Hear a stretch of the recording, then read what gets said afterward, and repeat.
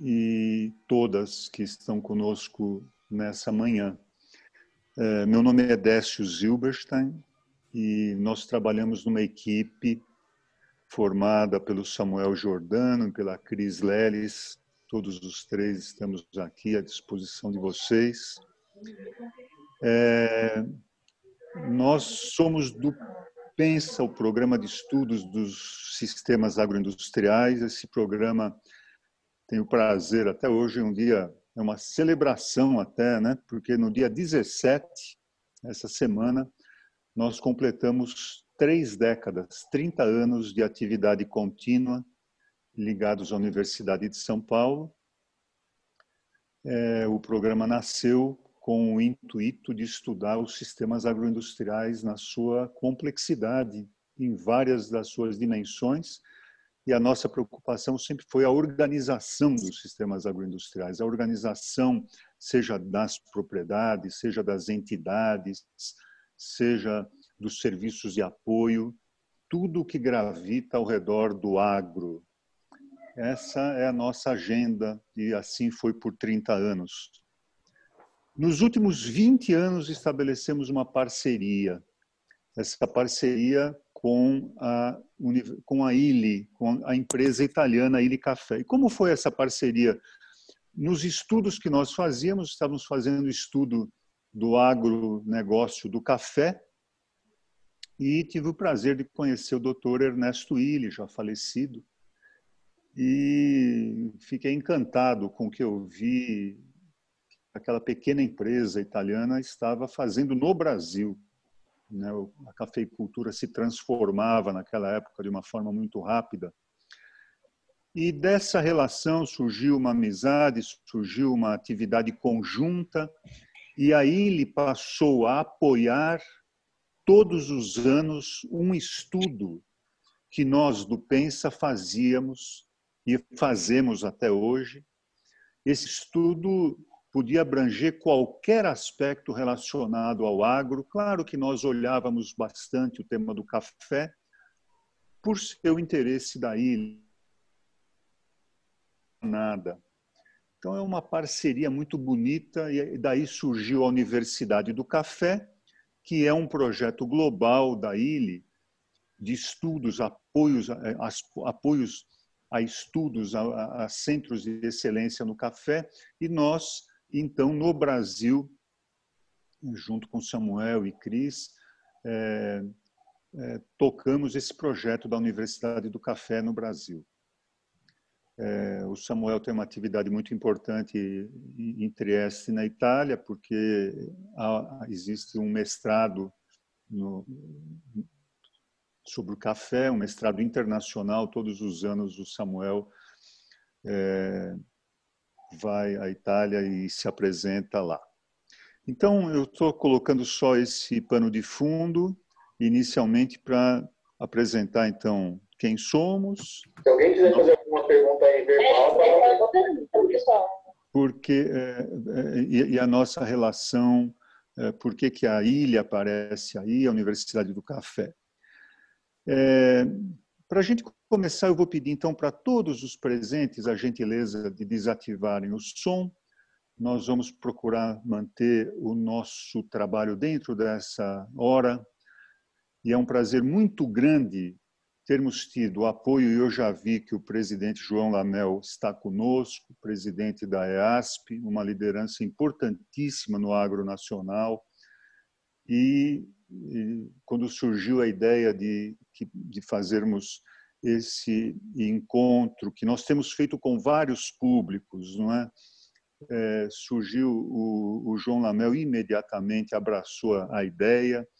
A EASP está tendo uma série de atividades muito bonitas. A semana que vem teremos outra muito importante na área da segurança do alimento, da segurança do alimento, a questão da sanidade do alimento. E isso são iniciativas da gestão do João Lamel. Agora, nós temos um prazer redobrado hoje de termos a presença da Sociedade Mineira dos Engenheiros Agrônomos conosco. Então, isso nos traz um outro público a quem eu quero também agradecer e já tive a oportunidade de trocar duas palavras com o colega Emílio Mancheniti. É isso? Talvez ele possa me corrigir. Emílio Muxeré. Então, é um prazer especial estarmos juntos. Quero também dizer que esse estudo que nós vamos falar, que eu vou começar já, teve também o apoio, a participação da Camila Hortelã, na época lá da Exalc, ainda sou docente da Exalc também, e conheci a Camila, e ela está conosco nesse evento, ela trabalhou nessa pesquisa. Então, eu vou me dirigir imediatamente ao nosso tema. A pesquisa focaliza o tema da assistência técnica e extensão para a agricultura, e a nossa preocupação é olhar novos modelos que perdão, prontinho, aqui está. Novos modelos focados nessa atividade. Qual foi a motivação? Como que nós iniciamos esse trabalho? Em primeiro lugar, a assistência técnica e extensão rural é uma atividade essencial para o agro. Essa é uma certeza que nós tínhamos. Eu costumo dizer, e tive a oportunidade de colocar isso em público várias vezes, que eu considero que é o DNA da nossa profissão, da profissão do engenheiro agrônomo, é a atividade da assistência técnica e da extensão rural. Esse é o trabalho lá na trincheira, esse é o trabalho fundamental. Ao mesmo tempo que nós conhecemos, sabemos da importância da atividade, nós também percebemos que em todo o país se anunciam mudanças nas políticas públicas que afetam a assistência técnica e extensão rural. Que tipo de mudança? Bom, muito antes da pandemia, o país vinha passando por ajustes que vamos ter que agora continuar, certamente. Ajustes na área fiscal, ajustes no orçamento público. E houve cortes em várias áreas, e nós vimos como que o sistema, no Brasil todo, de assistência técnica e extensão rural público, vinha e vem sendo afetado. Então, houve mudanças de políticas públicas. Entretanto, nós não percebemos que tivesse havido junto algum tipo de debate para falar, bom, o que acompanha o enxugamento, o que acompanhará a diminuição da estrutura de assistência técnica e extensão rural pública? Nós não vimos esse debate. Isso também nos motivou. Um outro motivo que nos levou também a pensar nesse tema para o estudo do ano de 2019, esse estudo foi realizado ao longo do ano de 2019, foi a crescente evolução da atividade privada, principalmente na assistência técnica, menos na extensão rural. E é muito importante, ou seja, a assistência técnica, ela extrapola a assistência técnica pública, e nós tínhamos essa percepção que as pontes devem ser, talvez, estimuladas e criadas. Então, essas razões nos motivaram, mas principalmente nós não víamos um debate sobre os modelos de assistência técnica. Para variar, estou tendo aqui um pequeno probleminha de mudança dos... pronto, agora veio. Que motivação que surgiu? Primeiro, nós começamos a perceber muitas soluções simplistas. Por exemplo, deixa a assistência técnica privada lidar com o agro e vamos deixar o setor público lidar com a extensão rural. A assistência técnica privada para ligar com o agro mais tecnificado e a extensão rural ficar na mão do setor público.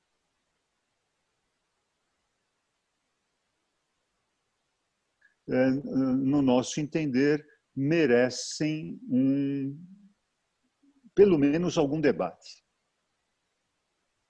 Ao mesmo tempo, nós percebemos um novo cenário, ou seja, as restrições orçamentárias no setor público já vinham acontecendo, o Brasil vinha se adequando a uma realidade orçamentária e, portanto, é claro que isso iria afetar a área educacional, as universidades, a pesquisa e também a assistência técnica.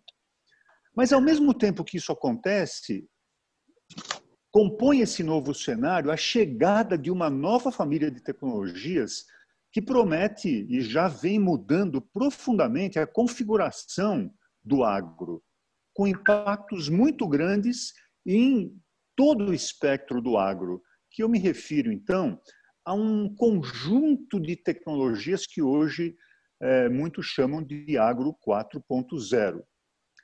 Se tudo isso já era verdade, quando nós começamos o estudo não havia pandemia, não é?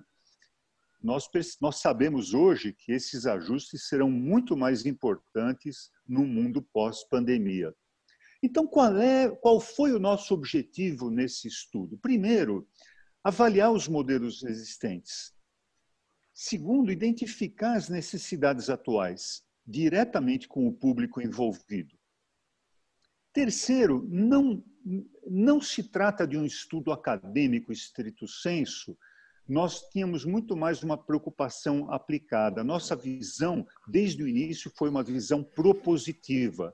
Nós queríamos olhar e pensar em modelos que sejam modelos possíveis para a assistência técnica e a extensão rural. E, finalmente, nosso objetivo é trabalhar em cima de uma visão realista, ou seja, nós sabemos como aparecem sugestões que são maravilhosas no papel, mas que têm pouca aplicabilidade. Nossa preocupação é realista, ou seja, será que a gente consegue caminhar para modelos piloto que a gente possa testar, avaliar e depois expandir, ou seja, não fazer mudanças bruscas em estruturas tão importantes, mas caminharmos nesse sentido. E assim foi. Nossos objetivos formais que estão colocados no documento que, aliás, tem acesso, vocês todos podem acessar no site do Pensa e da Universidade do Café. Nossos objetivos: identificar os sistemas de extensão que operam no Brasil e fora do Brasil, olhar um pouco seus padrões, sua evolução, suas características. E olharmos o tema não isoladamente no agro, mas olharmos o tema, e isso é um viés positivo, que eu diria que o Pensa, nesses 30 anos, desenvolveu, que é sempre olhar o sistema agroindustrial como um todo. E, portanto, aqui não foi diferente. Nós analisamos até as atividades de assistência técnica e extensão.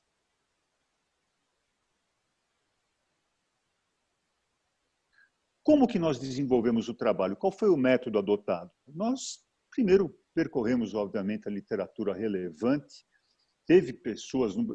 Nós temos pessoas no Brasil que estão debruçadas sobre esse tema. Me chamava a atenção, e dentro do Pensa a gente debatia muito, conversando. Dr. Eliseu Alves, da Embrapa, uma das grandes lideranças da economia agrícola no Brasil, que foi presidente da Embrapa por tantos anos, ele tinha escrito sobre isso. Aliás, descobrimos, fazendo essa revisão, que a tese de mestrado dele já olhou para o tema da extensão rural. Nós fizemos entrevistas com os agentes da assistência técnica da extensão rural. Nós analisamos, isso também tem a ver com o método do Pensa, as regras do jogo, o ambiente institucional e quais as organizações dentro dos sistemas agroindustriais que estão de alguma forma associadas ou que têm a ver com o tema da assistência técnica e da extensão rural. E, principalmente, somando as entrevistas, nós fizemos painéis com especialistas. Essa foto que vocês veem é um dos painéis que nós fizemos na USP. E esses painéis, então, nós procuramos cobrir a extensão rural pública, pesquisadores de universidades, tivemos Embrapa, tivemos universidades, tivemos representantes da extensão da atividade pública de extensão rural, cooperativas que têm um papel extraordinário quando nós lidamos com o tema, e um foco que é pouco estudado, né? Os insumos e as revendas, eu diria que já houve, é claro, quem tivesse se debruçado sobre o papel importante da indústria de insumos e da estrutura de revendas que hoje ganhou no Brasil um corpo muito sólido. Nós temos grandes organizações, nós temos redes de revendas no Brasil todo, não é? Que tem um papel muito grande. É claro que é diferente da extensão da assistência técnica realizada pela área pública, mas é muito importante. Agora, nós também olhamos um grupo que pouca gente olha, e aí nós fomos até muito motivados pela própria ILE, que tem agrônomos no campo, que tem agrônomos que visitam os produtores de café procurando sugerir melhorias de qualidade. É claro que isso é do interesse da indústria que precisa de se suprir de produtos com determinada qualidade, no caso da ILE, café com qualidade top. Mas nós fomos ver outras indústrias, porque nós sabemos que muitas delas têm atividades também junto aos produtores. Ou seja, o mundo da assistência técnica e também da extensão rural extrapola aquele universo tradicional. Nós olhamos sobre essa ótica. O Pensa sempre olha, eu já mencionei isso, os sistemas agroindustriais de forma integrada, ou seja, nós olhamos toda a cadeia produtiva, onde nós temos a produção agrícola como um dos elementos, mas nós olhamos também o que vem antes dela e o que vem depois da porteira.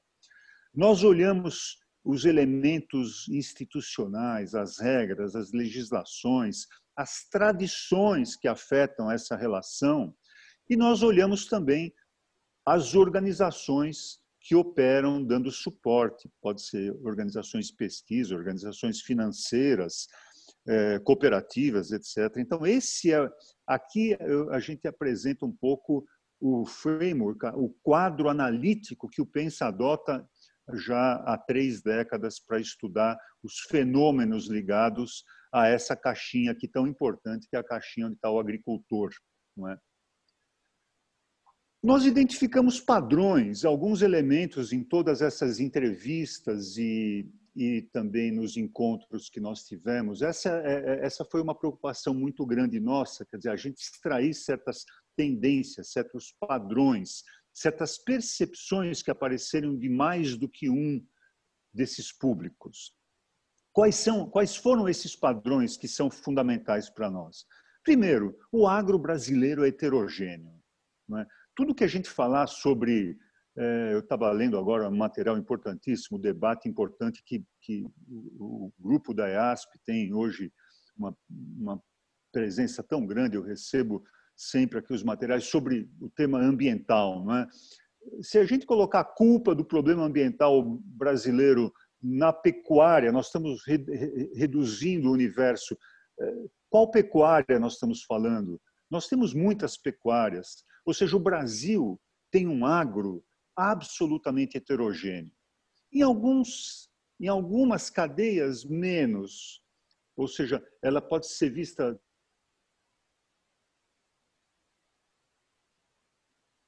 heterogêneas. Entretanto, dentro desse mundo heterogêneo do agro brasileiro, nós podemos formar blocos, grupos homogêneos de agricultores, homogêneos em vários sentidos. Pensemos na questão tecnológica, pensemos na questão social, pensemos no tamanho da propriedade, pensemos no tipo de exploração familiar ou empresarial. Ou seja, a gente não distingue o tema da pequena, nós temos o pequeno produtor empresarial, familiar empresarial, mas nós temos hoje grandes corporações com capital aberto na bolsa e operando várias, ou seja, esse é um agro que está presente no Brasil, né? Exemplo, Brasilagro, né? Pode comprar ações da empresa, né? mas nós podemos formar, então, grupos homogêneos desses produtores, e isso é uma janela importante para a gente pensar nos modelos de assistência técnica e extensão rural. Esses grupos homogêneos, cada um deles demanda os sistemas tecnológicos apropriados, adequados à sua realidade. E também nós identificamos como uma preocupação padrão, ou seja, isso veio de vários grupos, tentar entender quais são os caminhos que a tecnologia percorre para chegar a esse público. Aqui eu levanto um ponto. Nós temos a percepção clara que as prateleiras estão cheias de tecnologias e nós temos, então, ainda o velho problema da difusão da tecnologia, mesmo entre os produtores chamados altamente tecnificados. E esse é um ponto que a gente quer bater, que nós espero que no nosso relatório tenha ficado claro. Não é chamar de tecnificado e acabou. Não, a agricultura 4.0 vem aí, esse cara precisa de suporte também.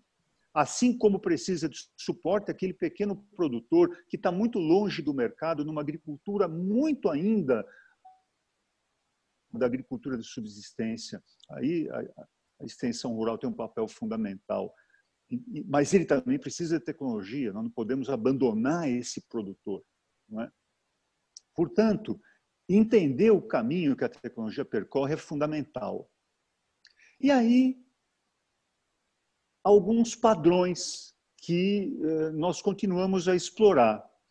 Primeiro, os caminhos passam necessariamente pela assistência técnica e extensão rural pública. A relevância que isso tem, que esse trabalho tem em todo o país e nos modelos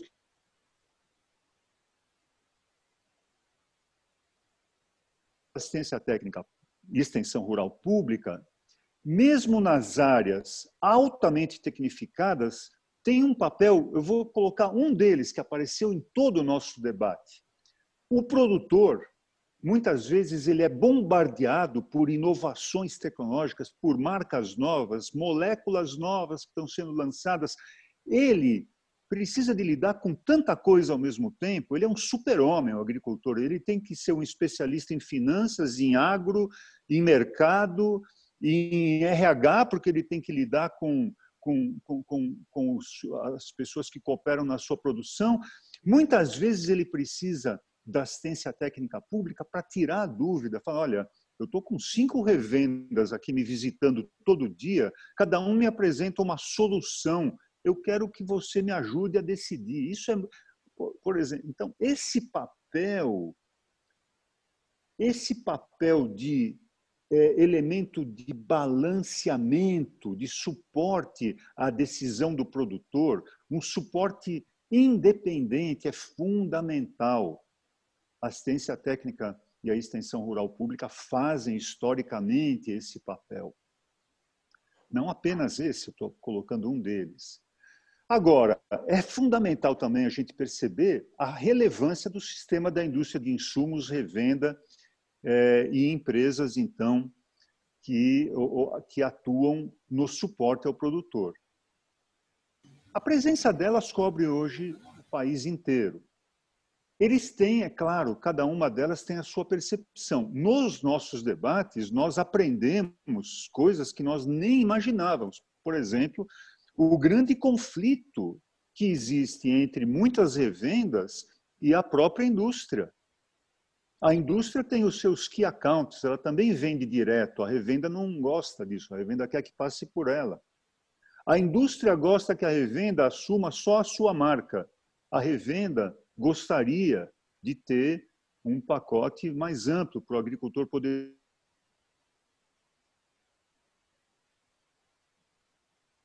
marcas. É bom, é ruim? Não é esse o ponto. A reputação deles é fundamental. Eles sabem que não podem vender qualquer coisa também. Entretanto, aí aparece a importância da relação entre as duas, a assistência técnica pública e a assistência técnica privada. As cooperativas. Esse agente é fundamental.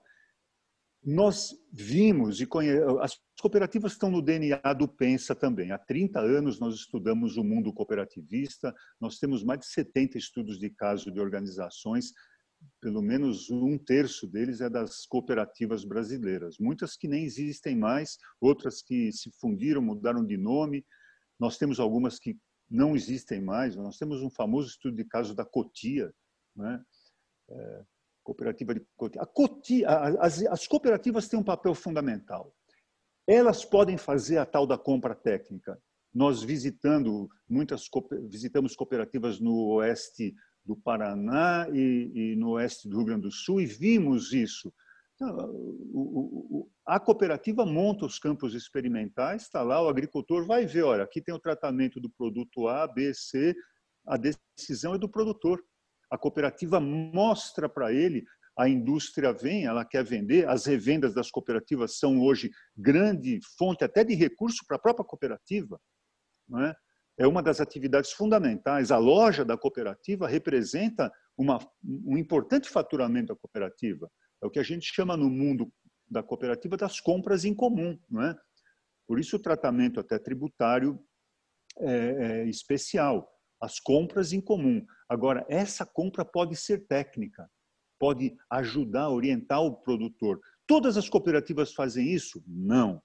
Muitas cooperativas caminham muito na direção da revenda e o agricultor acaba tendo a mesma visão quando ele entra na loja da cooperativa ou na revenda ou numa revenda privada que está ali na outra esquina na cidade onde ele vive. Portanto, o papel das cooperativas é fundamental. Algumas exercem esse papel, outras não.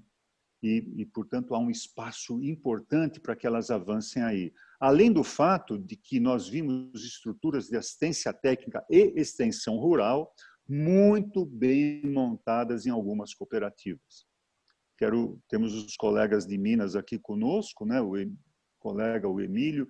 Saiba que eu tive o prazer de estar lá em Guaxupé, visitar a Cochupé para esse estudo, e vimos, então, a estrutura que a Cochupé tem em termos do trabalho, não é? de extensão rural.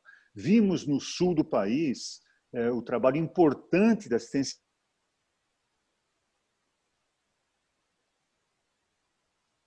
Então, essas estruturas são fundamentais. Agora, a indústria de alimentos é um caminho importante também.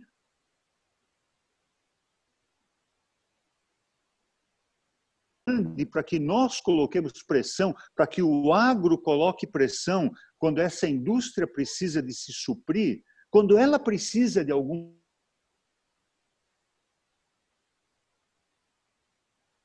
Há um espaço muito grande ainda para se avançar nesse caminho. E há um caminho importante que cresceu no Brasil imensamente nos últimos anos. Em algumas atividades ele é muito pronunciado, que são os consultores privados, os colegas engenheiros agrônomos que atuam como consultores privados. Quem conhece o café no sul de Minas conhece os nomes desses colegas que têm grande reputação e que também atuam como exercendo esse papel. Portanto, há vários caminhos da assistência técnica e da extensão rural. Nós identificamos demandas também, as necessidades. Essa foi uma preocupação presente em todos os grupos de debate que nós fizemos, nos chamados painéis.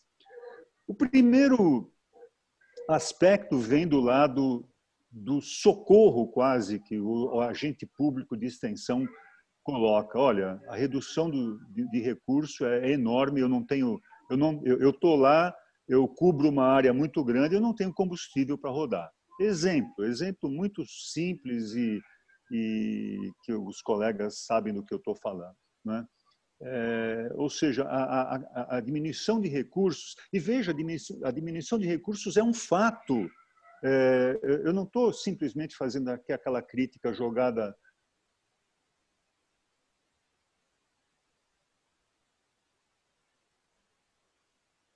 Agora, muito mais. Vamos passar por um ajuste que vai demorar 2 décadas depois da pandemia, não é?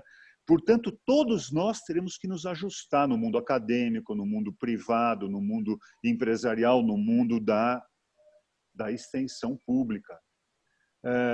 Agora, isso nos levanta algumas janelas para pensar. O que a gente precisa de readequar para continuar fazendo o que tem que ser feito com uma estrutura mais reduzida? Chegarei nesse ponto daqui a pouco. Isso nos leva à necessidade de otimização desses sistemas. E aí eu já caminho apontando respostas para essa pergunta que eu acabo de levantar. Que tipo de otimização? Lembra do comentário que eu fiz dos grupos homogêneos de agricultores? É claro que o agente de extensão já faz isso de alguma maneira, mas nós temos que colocar tecnologia de comunicação agora aí para poder otimizar. Eu não tenho combustível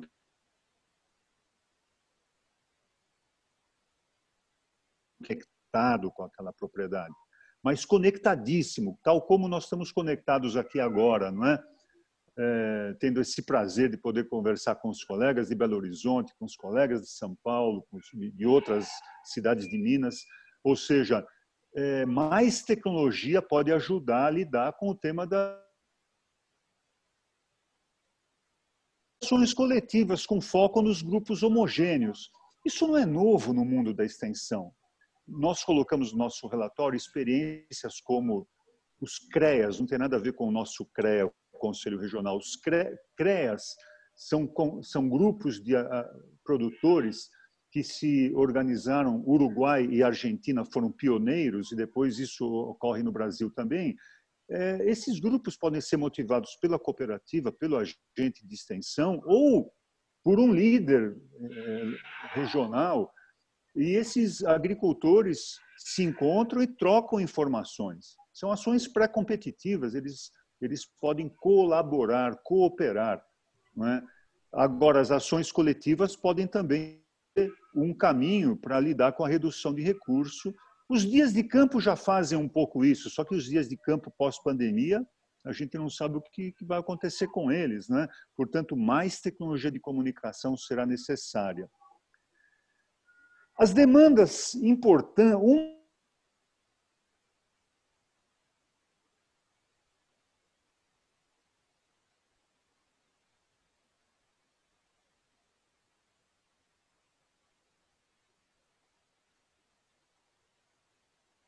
Eu vou fazer um paralelo, pessoal, que eu posso fazer ao longo dessa nossa conversa. O Brasil esqueceu, por muitos anos, do tema da saúde pública, não é?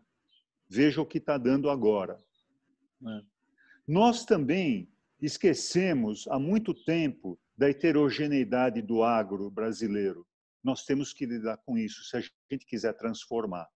Eu vou fazer outro paralelo. Hoje, no meio da pandemia, descobrimos que aquele jovem médico que está lá no interior do Amazonas, ele pode se conectar com um grupo altamente tecnificado ali no Hospital Sírio-Libanês por telemedicina. Descobrimos a telemedicina. Fundamental para um país como o Brasil. A mesma coisa. Nós temos que caminhar. E Minas Gerais, a Emater Minas tem um belo projeto encaminhado nessa direção de introduzir tecnologia de comunicação aí nessa relação dos seus agentes de assistência técnica e extensão rural. Para isso, nós temos que trabalhar o tema da conectividade. Seja para a medicina, seja para o agro, nós temos que conectar o país. Não adianta mais a gente brincar de conectividade, do agricultor só conseguir se conectar quando ele está na cidade. Não, ele tem que conectar aonde ele estiver. O mundo hoje que não está conectado está fora, não é? Então, se a gente quer caminhar para lidar com novos modelos de ATER, nós temos que ter redes muito mais bem conectadas. E, finalmente, o estoque de tecnologias é enorme. Quando a gente pensa que tem um estoque de tecnologia e temos uma grande heterogeneidade, isso é um elemento para a gente parar para pensar. Eu vou explorar o tema da heterogeneidade um pouquinho mais daqui a pouco. Vamos entrar no tema dos resultados desses painéis. Primeiro, resultado óbvio, todo mundo reclamando da ausência de discussão de novos modelos de assistência técnica e extensão rural. Segundo, e esse ponto nós levantamos a partir do estudo, e a partir de dentro desse estudo eu fiz entrevistas também com agentes que atuam em pesquisa e extensão fora do Brasil. E aí é muito interessante perceber, nós temos uma grande discrepância de tecnologias, de adoção.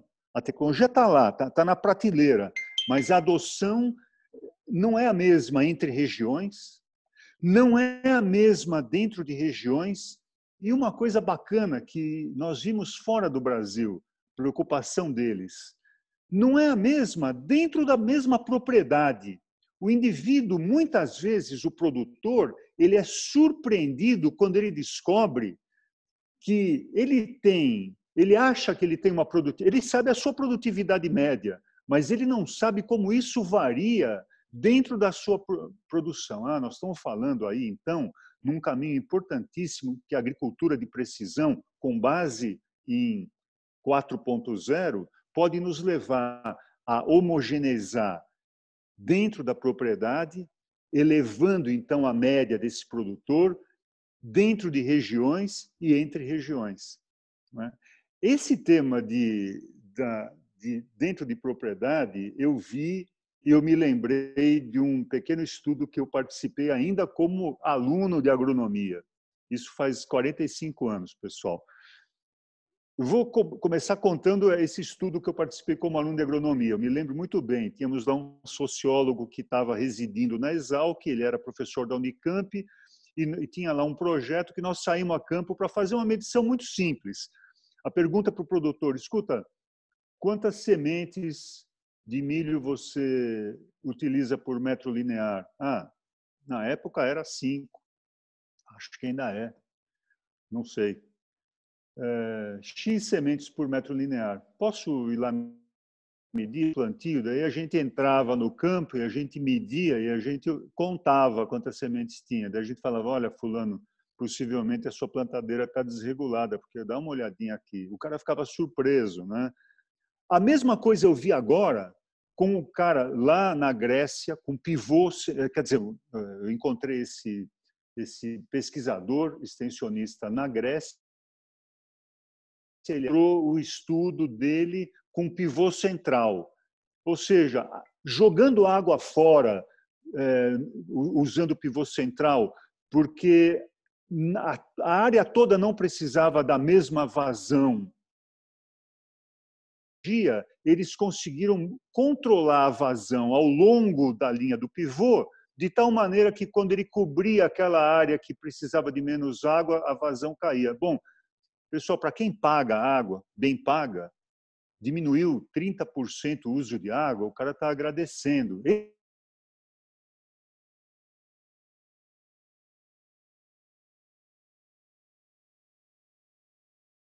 O cara achava que estava fazendo o plantio correto, mas não estava, né?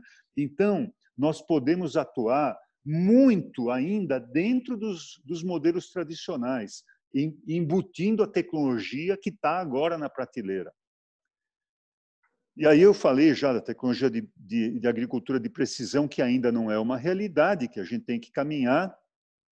E essas tecnologias redutoras de custo, como esse exemplo que eu dei da água, estão aí, elas estão prontas. Por que lá nos Estados Unidos o pessoal usou? E aí entrou uma parte muito bonita que do estudo que o Samuel Ribeiro fez, justamente olhando esses modelos internacionais. Pessoal, nos Estados Unidos, eu estudei lá numa Land Grant University, numa universidade que surgiu dentro daquele projeto de expansão da estrutura acadêmica nos Estados Unidos em áreas agrícolas. Pois bem, nessas universidades, o extensionista está lá dentro. O escritório do extensionista era ao lado do... Ou seja, ele atua lá junto com o pesquisador. Então, esse estudo da água nasceu de um projeto desse tipo. O extensionista mais o pesquisador foram a campo, juntos. Daí a gente parou para se pensar, puxa, para a gente pensar o que no Brasil a universidade está hoje fazendo em termos de acoplamento com a estrutura de extensão rural.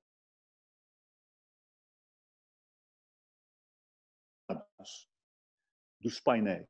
Primeiro, nós concluímos que essa falsa dicotomia de que a agricultura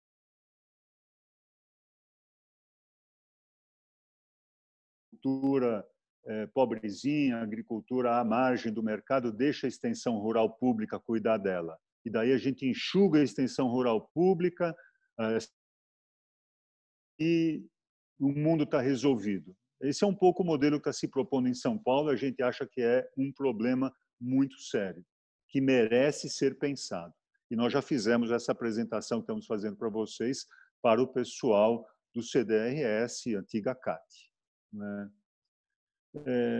Ou seja, não é tão simples assim. Não é só cortar e achar que deixa o setor privado.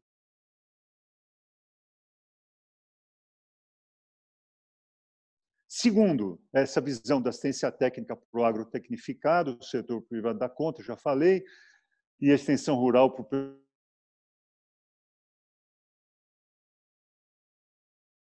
pessoal, que tem que ser mudada, me lembrou muito a visão do Casa Grande e Senzala. O Brasil ainda vive no mundo da Casa Grande e da Senzala. Se a gente quer acabar com isso, pessoal, é agricultura 4.0 lá no Vale do Ribeira. Nós temos que trabalhar. Não é abandonar o Vale do Ribeira, é colocar mais tecnologia lá. Não é? Então, falsa dicotomia, nós achamos que tem que caminhar junto. Assistência técnica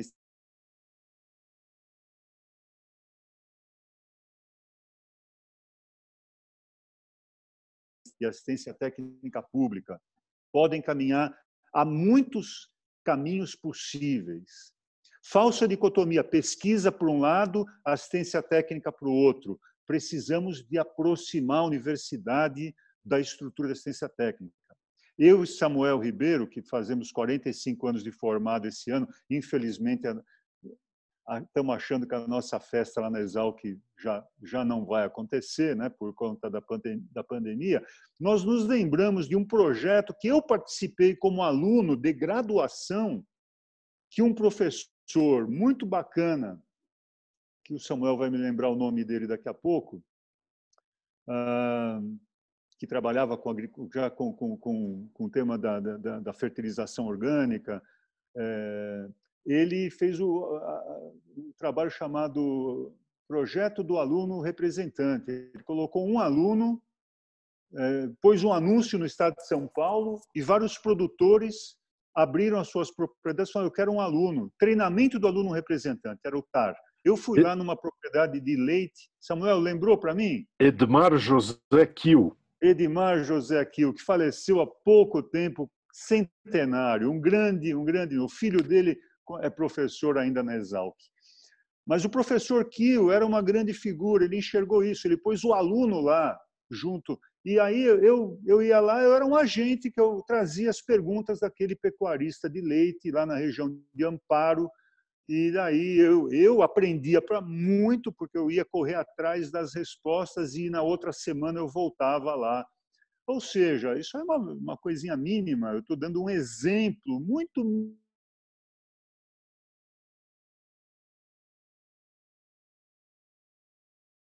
da sociologia rural dentro das escolas de agronomia. Então, tem muito caminho para ser feito. Não é? Saíram desses painéis. Convergências. Papel das universidades nas funções da assistência técnica e extensão rural. Pessoal, isso é um projeto piloto que está pronto, que está pedindo para caminhar.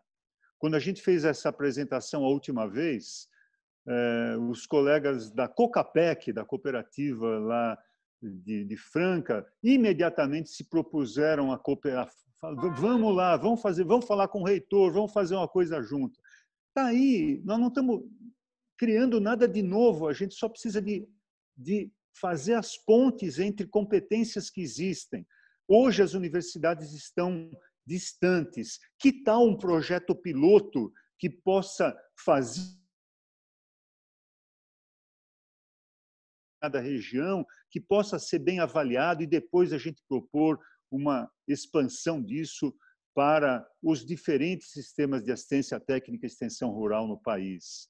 Eu acho que isso não ia custar muito. E eu quero dizer o seguinte, no nosso trabalho a gente identificou, não só as universidades não têm isso hoje, como o pesquisador, ele não é incentivado a fazer isso. Alguns fazem, mas não há incentivo. O incentivo dele é publicar artigo. Ele não tem um incentivo para ter um projeto dessa natureza. Então, aí tem políticas dentro da universidade, estratégias, né, dentro das universidades que podem avançar. Sugerimos, então, programas piloto adequados às tecnologias emergentes, integração de modelos de AT público e privado. Claro que tem aí um caminho possível. É claro que a assistência técnica privada quer vender produto, e maravilha, nós não temos nada contra o mercado, tem que funcionar mesmo, não é? Mas pode haver um acoplamento com... E hoje nós vimos colegas nas entrevistas nos dizerem que eles foram penalizados administrativamente quando foram vistos no campo junto com o agente de vendas de tal revenda. Então, veja, pessoal, nós temos que amadurecer. Qual é o problema de você ter bons profissionais, um com uma competência e um objetivo e outro com outra competência e outro objetivo, juntos no campo, tentando resolver problemas, não é? Então, quer dizer, é como se, tanto na universidade como na assistência técnica pública, você não pode haver essa relação, temos que repensar isso. Outro projeto piloto que pode avançar tanto, embora existam bons exemplos, e nós já tínhamos feito, a Cris Leles, que está conosco aqui, fez estudos sobre exemplos, que são exemplos de trabalhos com grupos homogêneos, que podem reduzir custo e otimizar o fluxo de informações com conectividade.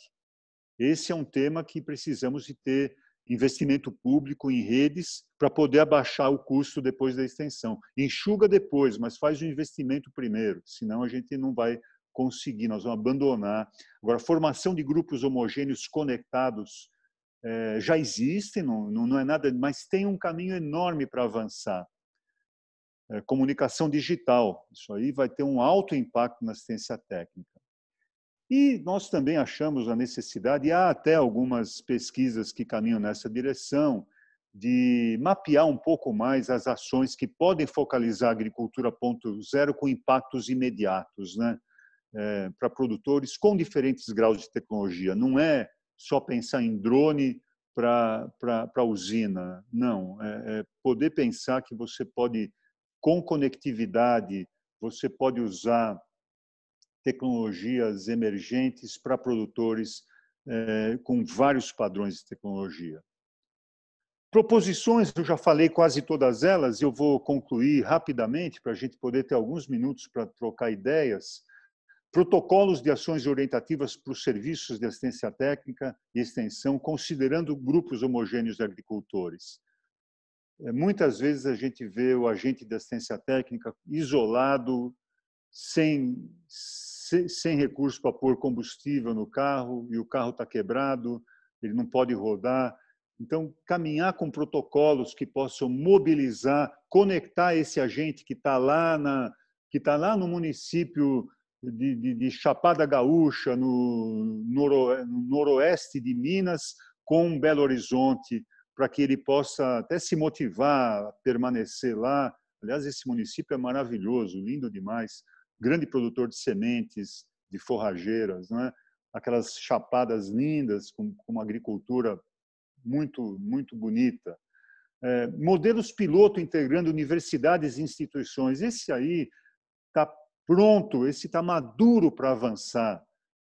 Articulação de parcerias entre diversos modelos de assistência técnica e extensão, papel das cooperativas, indústria de alimentos, sistemas de revendas de insumos e consultores independentes. Quebrar um pouquinho a cabeça com um projeto piloto que possa colocar esse povo junto. Eles têm agendas diferentes, mas têm interfaces que dá para otimizar o seu trabalho. Ações coletivas, e aí aparecem os exemplos que a Cris fez, tão bonito o estudo daí do campo, não é? Que ação, o que eu mencionei, os CREAs, né? Esses grupos de produtores trocando informações. Conectividade, bom, isso é urgente, isso foi urgente, agora é mais urgente ainda. Vai custar, mas a gente está caminhando para um mundo 5.0, nós estamos caminhando para um mundo onde tem o grande debate se é o sistema americano ou o sistema chinês que vai prevalecer, que vai permitir. Nós temos que pegar o melhor para a gente, não é? E isso vai ter um grande impacto na agricultura. A gente tem que caminhar correndo, nós estamos muito defasados. Investimentos em estrutura de comunicação digitais e ações com foco na agricultura 4.0. O paralelo com a telemedicina eu já falei. Aí tem também um bonito projeto piloto e nós não visitamos todos os estados em termos de o que eles estão fazendo nessa direção, mas com o colega lá em Guaxupé, lá na regional da Emater, eu vi sim um belo caminhar aí da Emater Minas nessa direção. Assim como também eu devo dizer que Minas tem um exemplo bonito da presença da Emater dentro da Federal de Lavras. Lavras a gente tem uma relação muito forte, tenho vários ex-alunos meus são professores lá e há uma conexão importante com essa presença da extensão dentro do campus. Isso talvez merecesse ser, eu não sei qual é a profundidade dessa presença, mas muita coisa nasce dessa relação, não é? E as outras universidades poderiam se espelhar nisso.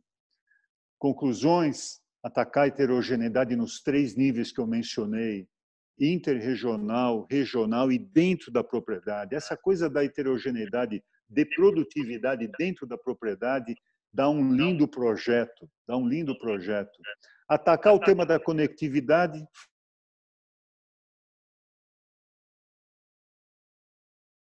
homogêneos, não dá mais para o agricultor, para o extensionista visitar, nem o extensionista da cooperativa consegue fazer isso. Não dá, não tem como. Você precisa de um exército de... Então, você tem que caminhar muito mais no sentido da ação com os grupos coletivos, com tecnologia, com conectividade. Motivar as cooperativas a exercerem o seu papel na coisa das compras técnicas em comum. Elas não têm que caminhar na direção das revendas tradicionais. Elas não são revendas tradicionais. Aquilo é compra coletiva. É uma das funções da cooperativa. Compra coletiva, venda coletiva. Não é isso? É função básica da cooperativa. E muitas perderam essa visão e tem que retomá-la. A compra coletiva pode ser fundamental.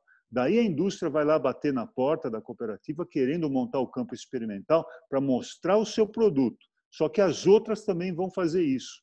E a cooperativa poder fazer uma compra técnica, não é? E, finalmente, colocar as universidades nesse barco. E aí sabemos da importância e do caminho que tem pela frente para fazer isso. Falamos em visão realista, nós não achamos que tem que fazer mudanças extraordinárias, a gente tem que caminhar passo a passo. Dá para preparar os modelos piloto, criar ações piloto em diferentes ambientes do país, do estado, da sua região, validar isso, tem que ter paciência, não adianta a gente sair fazendo, vamos validar. E daí, quando você tem um novo modelo, você desativa o modelo antigo, não é? E o que eu estou com medo, nossa equipe ficou com muito receio, é vendo você desativar o modelo antigo da assistência técnica pública e não ter nada para colocar no lugar. Esse não é um mundo muito bom. Com isso, pessoal, eu acho que eu concluí a nossa pequena apresentação, com alguns minutos ainda para a gente avançar. Que bom ver aqui o Beto Fava junto com a gente. Maravilha, Beto, querido. Grandes amigos estão presentes aqui. E eu queria, então, passar a bola aqui para o Samuca para ajudar a coordenar um pouquinho o debate agora. Vamos abrir a palavra e estamos muito interessados. E